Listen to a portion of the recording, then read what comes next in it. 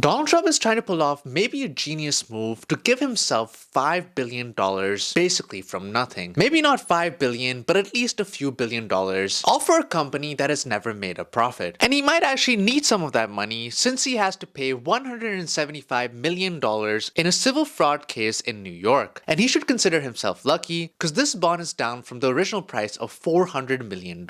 How he plans on giving himself this billions of dollars is through listing his company on the stock market. And what does his company actually make? His company makes Truth Social. What he claims to be a platform for free speech, or according to their own website, a Big Ten social media platform that encourages an open, free, and honest global conversation without discriminating on the basis of political ideology. So on the surface, it seems like this isn't too bad. It is a social media platform, much like Facebook, much like Instagram, TikTok, or Twitter, and they have communities and people posting, making their money mostly from ads on the platform itself, much like other social media platforms. However, if you have an account on this, and I'm not saying that you should, you will know that Truth Social as a product is pretty subpar. Claiming to be Big Ten doesn't mean you actually are, and most of the people on this platform pledge allegiance to a certain type of philosophy and are extreme about it. Not very tolerant of other users' opinions, and on the contrary, they exclude any person that has a different opinion to them, sometimes even getting quite extreme on the disagreement. And this is coming from someone who actually signed up for an account and tried out Truth Social. So that's Truth Social in a nutshell. And when the stock actually listed, it seemed to be doing pretty well. Just on the second day of trading, the stock rose by $8.23 or 14.2% to a high price of $66.22. And this followed a gain of 16% the previous day. So in 2 days, the stock rose by more than 30%. And the stock symbol is DJT if you want to take a look at it for yourself. Of course, those are his initials, not surprised. No criticism, just not surprised. And so far, this looks like a genius move from Trump. He owns 58% of the company, which would mean at the peak of the stock's price, he would have made $5.2 billion on paper. That looks like a tremendous return, but there's one tiny problem. The company is worth nothing, and it makes no money. The company lost $58.2 million in 2023 against a revenue of $4 million. That means that it 12x'd, or more than 12x, 13x'd its revenue just on its loss alone. And adding on to this, their largest expenses are interest payments. With a high rate interest environment currently, this amounts to $39 million just paid last year in interest expense alone. And at the end of 2023, they only had $2.7 million against a liability total of $70 million. Although the company says that they're countering that with the newly infused cash that they got, totaling to around $300 million. And the problem is that it doesn't look like it's going to increase revenue anytime soon, putting a heavy burden on its cash reserves. Even after heavy support from Trump, Truth Social only had 5 million visitors in February, and even at the height of this stock craze, only 1% of the users on the app were engaging actively in terms of content when it comes to liking, commenting, replying to comments, etc. There's two problems then. One, new users are not joining Truth Social, and two, users that are already there are not interacting with it enough to increase its revenue. This is further cemented by the fact that in February 2022, it had 1 million downloads on iOS. A year later, it only had 60,000 in February 2023, and in September 2023, it only had 35,000 downloads. The story is the same for Android. In October of 2022, the first month where data is available, it had 323,000 downloads, down to 72,000 in September of 2023. The second issue is more fixable. You can create more engaging content. You can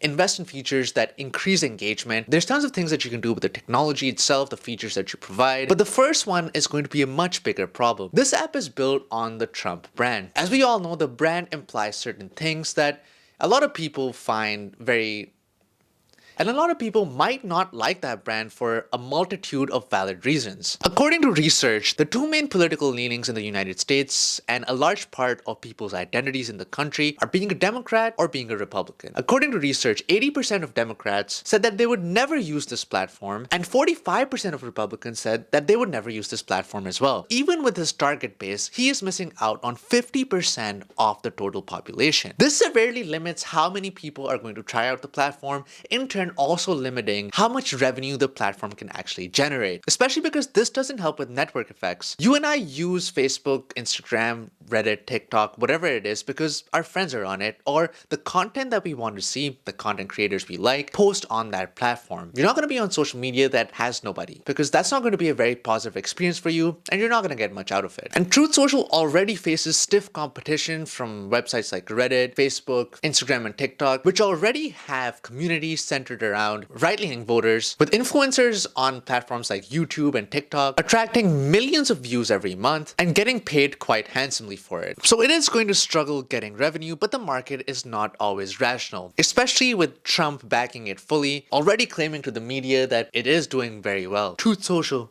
is doing very well. And with users on the platform, very strong supporters of Trump, already saying, get behind the DJT stock and send it over $100 per share, drive the liberals insane, get yourself a piece of DJT if you're a true Trump supporter. Also, retail investors have taken this as a new meme stock, much like GameStop, so in the short term at least, it could see a big increase in price. But here's the problem for Trump. Companies that list on the stock market usually have a lockup period. This is to prevent everybody that holds company shares before the IPO to sell as the company IPOs, to ensure that the stock price is stable and reflective of the true market price. For Trump and others, this period is 6 months. Although the board of directors is comprised of people that like Trump and might even be considered associates, so they might negotiate a deal to waive this requirement for Trump and his son. And if he does sell, this might screw over everybody who holds the stock in the first place, since he owns such a large percentage of the stock. And all these people who are holding on to the stock for Trump might be in for a rude awakening. This is also not his first rodeo in the stock market, previously taking his company Trump Hotel and Casino Resorts public in an IPO. The idea there was also simple: to raise money from the public to expand his brands of casinos and other businesses. The IPO priced at $14, the price rose to $35, but then tanked and lost a lot of its value because it was a loss-making machine, ultimately filing for Chapter 11 bankruptcy in 2004. Even though the stock has tanked in the last few days, Trump is trying to get a larger share of the pie by suing his co-founders. He claims that the co-founders mismanaged the social media platform early on, and therefore they should lose their stock, which recently went public. He filed his claim in a Florida state court, particularly against Wes Moss and Andy Lidinsky, saying that they made a series of costly mistakes, resulting in a long delay in the companies going public, and urged the judge to strip them of their shares in the company. These two people were actually contestants on Trump's show The Apprentice and pitched this idea to him after he got banned from Twitter. The lawsuit claims that this was a phenomenal opportunity for Moss and Lidinsky, and they were riding President Trump's coattails. Without President Trump, Truth Social would have been impossible. He claimed that he brought both of them on to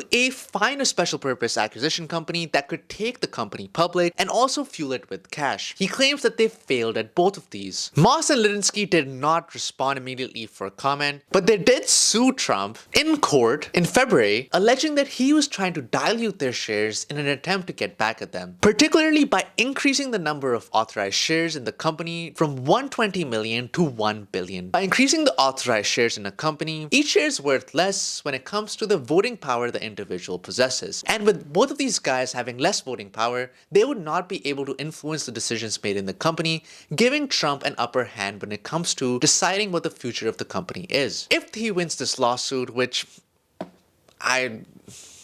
maybe he does, he's going to get 8% more shares of the company, giving him even more potential to cash out and make more money. Even if he has 100% of the shares though, it's going to be hard for him to cash out in the next 6 months. And as investors, even meme stock lovers, realize that this company is not going anywhere, unlike other meme stocks like GameStop or Palantir, who actually had products and business revenues that potentially could be expanded to recoup losses and provide a positive outlook for the future. This might sound sort of counterintuitive, but he might have been better off selling Bibles for $59.99, a physical product that brings value to people's lives if you're religious, and also has a no refund policy. Overall, it's going to be interesting to see how this impacts his election campaign, his fight to win back the presidency, although it is funny that a presidential candidate is the founder of a meme stock. I hope you enjoyed this, and I'll see you in the next one.